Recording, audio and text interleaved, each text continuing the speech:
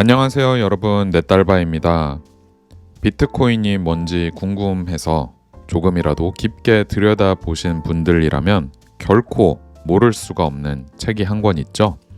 바로 비트코인 스탠다드, 국문명으로는 달러는 왜 비트코인을 싫어하는가입니다. 오늘 제가 가져온 영상은 미국 CNBC 뉴스에 이 책의 저자인 사이페딘 아모스가 초대되어 비트코인의 본질과 지금의 금융화폐 시스템인 명목화폐의 문제를 깊이 있게 다루는 인터뷰인데요. 저는 이 영상을 다 보고 역시 미국은 다르다 싶었습니다. Do no harm 이라는 말 알고 계신가요? 미국은 어떤 혁신이 시장에 등장하면 그것이 꽃 피울 수 있도록 인내심을 갖고 기다려주는 태도를 보여주는 것이 기본입니다. 그러다가 문제가 생기면 조금씩 등장해 제도를 도입한다든가 하면서 혁신과 규제가 균형을 맞추도록 하죠. 그렇기에 지금 새로 당선된 트럼프 행정부, 입법부인 국회, 그리고 기업들까지 발을 잘 맞춰 나가고 있다는 생각이 듭니다. 그런데 한국은 어떤가요? 비트코인 같은 거대한 혁신을 눈앞에 두고도 정치 논쟁이 모든 것을 지배하고 있습니다. 특히 한국 사람들은 대다수가 비트코인이라고 하면 그거 김남국인가 누군가 걔가 뭐 하던 코인 그거 아니야? 라는 반응만 보이는 현실이 저는 참 안타까운데요. 그런 점에서 저는 오늘의 영상을 만들면서 여러 가지 생각이 들었습니다. 본 인터뷰에서 사이패딩과 앵커는 비트코인의 본질, 금, 화폐의 효용, 저량 대비 유량의 개념, 그리고 부채 기반의 명목화폐 시스템이 왜 문제인지 깊은 얘기를 나누는데요. 일단 각설하고 바로 시작해 보겠습니다. 출발!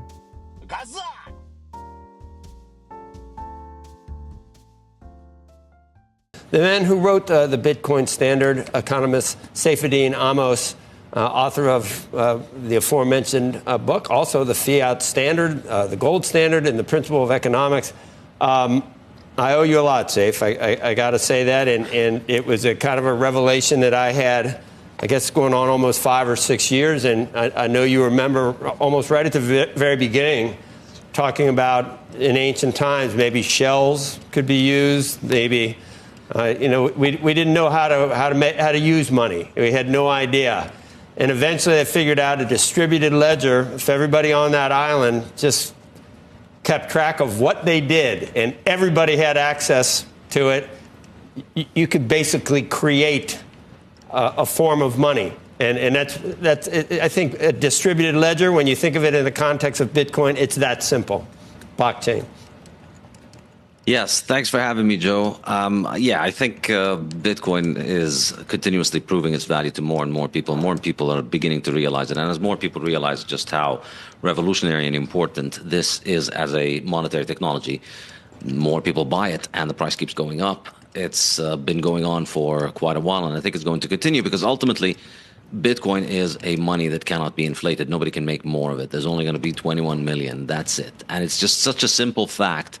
But it is so unique because no other form of money can credibly claim such a property. And that means that eventually everything continues to decline next to Bitcoin because you keep making more and more of everything.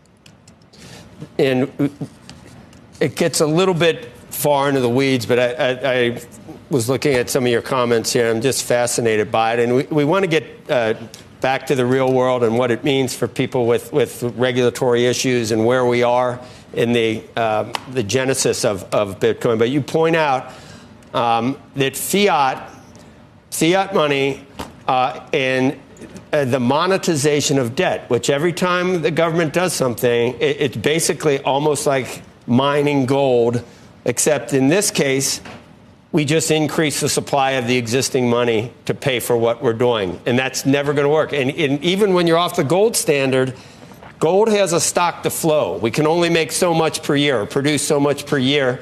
Same with Bitcoin until we hit 21 million, and then there's no more produced. And at that point, that will be the stake in the ground to value all other currency, right?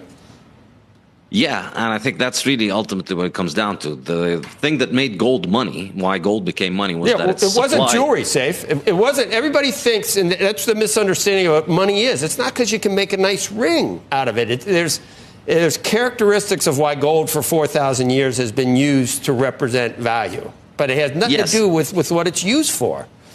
No, it stores value well because it's very difficult to increase the supply of gold. It's very difficult Exactly. to increase the supply of gold substantially. Every year, the supply of gold goes up at only around 1.5% to 2%.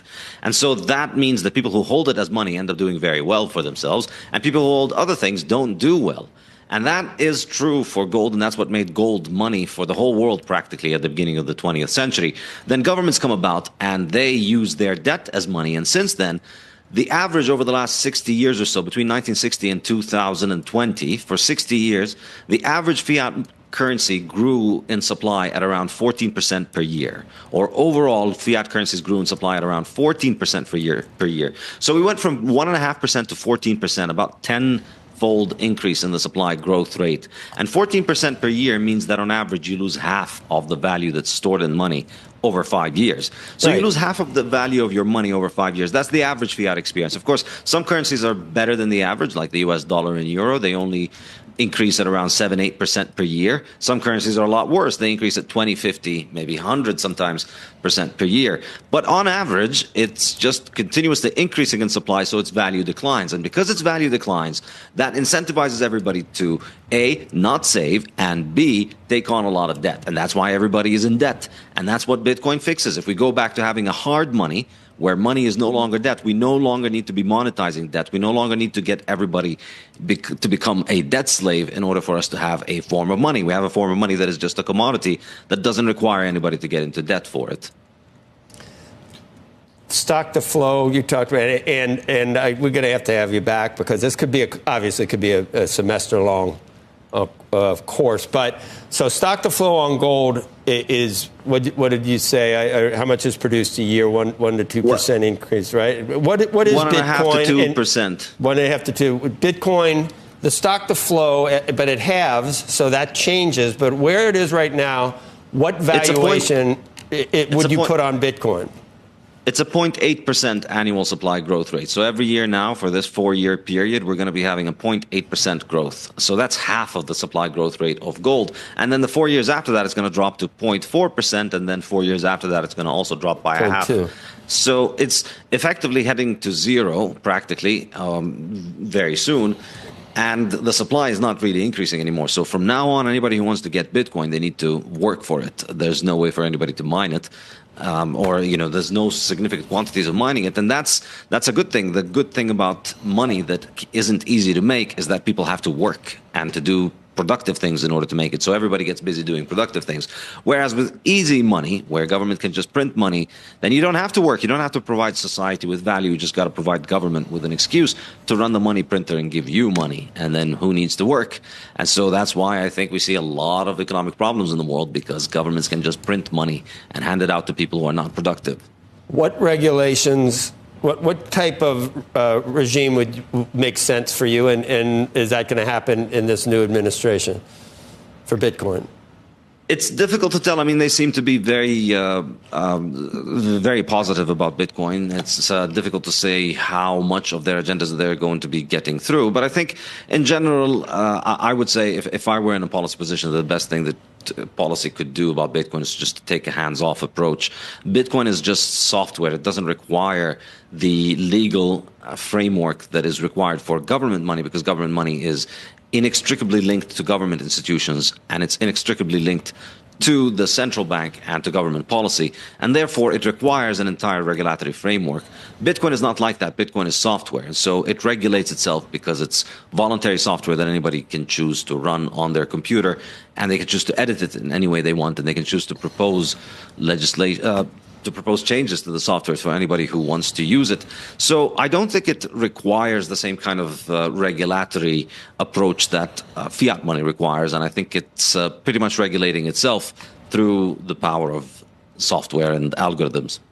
여러분, 화폐 시스템의 혁신, 아니 인류가 지구에서 살아온 방식의 뿌리 자체를 뒤흔드는 혁신이 우리 눈앞에 있습니다. 그러나 여전히 한국에서는 비트코인에 대해 제대로 이야기하는 소통의 장이 아예 없다고 할 수 있죠. 그저 블록체인이라는 허상의 마케팅 단어에 휩쓸려 다른 온갖 사기 코인들과 구분되지 않은 채 비트코인 가격이 얼마를 돌파했네 말았네, 붕괴했네 어쩌네 이런 대상으로 전락했습니다.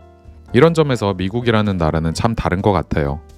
혁신이 될 만한 것들이 등장하면 일단은 내버려 두고 충분한 시간을 주며 스스로 가치를 증명하도록 하는데요. 비트코인이라는 혁신이 제대로 피어날 수 있게 하고 이 혁신을 주도하고 있는 모습이 솔직히 좀 부럽습니다. 아니, 많이 부럽습니다. 우리는 여전히 흥선대원군 시대의 쇄국 정책처럼 일단 하지마. 이런 태도에 머물고 있으니까요. 하지만 우리 개개인, 여러분들은 다를 수 있습니다. 비트코인의 가치를 잘 인지하시고 콜드 월렛 등을 통해 주소를 만들어 보시고 받아보시고 보내보신 분들이라면 이미 비트코인이 어떤 혁신인지 이해하신 것이고 더 나아가 세상이 어떻게 바뀌어가고 있는지를 제대로 보고 계신 거니까요. 혼란스러운 시국입니다만 모두들 힘내셨으면 좋겠습니다. 그리고 얼마 전에 출간된 비트코인 블록 사이즈 전쟁, 지금 사토시 마켓, 교보문고 등에서 찾아볼 수 있으니 한번 이 책 읽어보시면서 비트코인에 대한 이해를 높여나가셨으면 좋겠습니다. 오늘도 영상 시청해주셔서 감사드리고요. 저는 다음 영상에서 또 뵙겠습니다. 그리고 좋아요 한번 눌러주시거나 짤막한 댓글이라도 달아주신다면 더 많은 분들께서 이 영상과 제 채널을 볼 수 있다고 하시니까요. 한 번씩 부탁드릴게요. 감사합니다. 그러면 안녕. We should not be afraid of Bitcoin. Remember y'all laughed at me when I first got my Bitcoin? Who's laughing now? Go look at my Bitcoin now. Y'all all mock me. You're taking your first 3 paychecks in Bitcoin. What's wrong with you? Now you wish you would have done it. you know? And so I am happy